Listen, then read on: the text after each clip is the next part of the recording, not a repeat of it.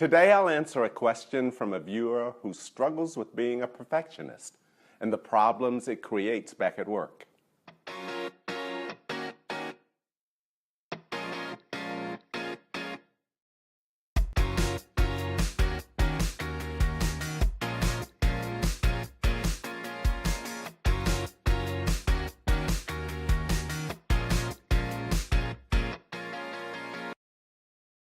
Hi everybody, Harold Hillman here, and thank you for joining me on episode 19 of Ask Harold. Today's question is from Scott, who struggles with being a perfectionist. He recently got feedback on a leadership survey that he needs to stop controlling everything. Sound familiar? It's one of the most common leadership dilemmas to manage, so it makes for a great topic. Here's what Scott writes. Hello, Harold. I'm in my early 40s and I've been a team leader and manager for over 15 years. I've taken a few 360 surveys about how I can improve my leadership, including one recently where the feedback was consistent with what I already know. I don't let people help me enough. It's no surprise, I've known that most of my life, but it seems to cause me more problems in the workplace, especially as a manager. I like things done to a certain standard, so I find it difficult to take my hands off the controls, especially around very important things we have to deliver. Before I have to take another 360 survey that will undoubtedly tell me the same thing about being a perfectionist, what can I do to make some progress with this? Thanks for your help, Scott. Thanks for that question, Scott. You're not alone with this wonderful challenge that is far more common than you may think. I've walked in your shoes a few times myself. Now, here are 5 things that I'll ask you to think about. The first is, keep everything in proper perspective. If ever there was a case of throwing the baby out with the bathwater, it's after a 360 leadership survey where you can fall into the trap of focusing on what you are not doing well. You'll end up like a dog chasing its tail.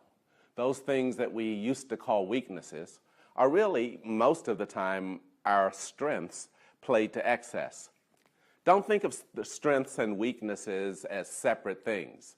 They're usually connected.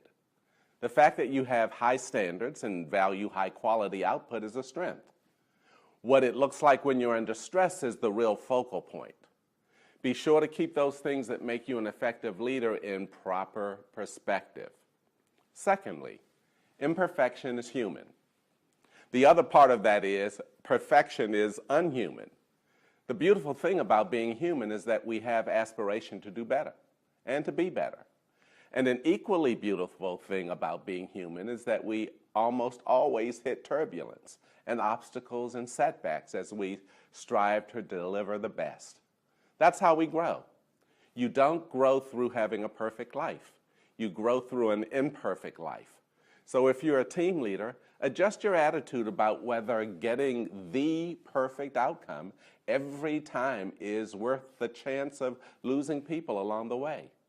If you always need everything to be absolutely perfect, people will start to wonder whether they can open up as imperfect people around you. Thirdly, and importantly, need somebody. That's really the essence of being an effective team leader. People come to work each day to make a difference and to contribute in a way that feels like they've helped the team be successful or the business grow. If you have to be a perfect manager, that means that you don't really need anyone to help you think or to work through a problem. Perfect people don't need help from other people, so they never ask others for advice or drop in to worry out loud about something that's bothering them, where other people feel that they are helping you be successful and can share in your success. If your definition of failure is that you didn't come up with the answer yourself, it's going to be impossible for you to need somebody else's help. Fourth thing, tell people what you're up to. Sometimes you have to be explicit about the changes that you're trying to make in your leadership style, only because people often have you locked in a certain frame. If you're too subtle about changes that you need to make, people often won't see them. So after a 360 survey, sit with your team and tell them what you learned and what you are going to be doing differently as a result. They are more likely to see it and appreciate your effort, which was based on their input to you. If you act on their feedback, this will send a powerful message to the team that you're comfortable with imperfection and that you need them to be successful. Finally, find a ruthlessly compassionate partner. This is a term that Peter Senge used in the book, The Fifth Discipline. This is someone at work who you trust to be honest and candid with you, who you know has your back and is genuinely trying to help you. They can signal to you in subtle ways when your strengths start to get played to excess, giving you an opportunity to dial things back in the moment. That's how you close the self-awareness gap. Find a ruthlessly compassionate partner at work. Thanks for that question, Scott. And thank you all for watching this episode of Ask Harold.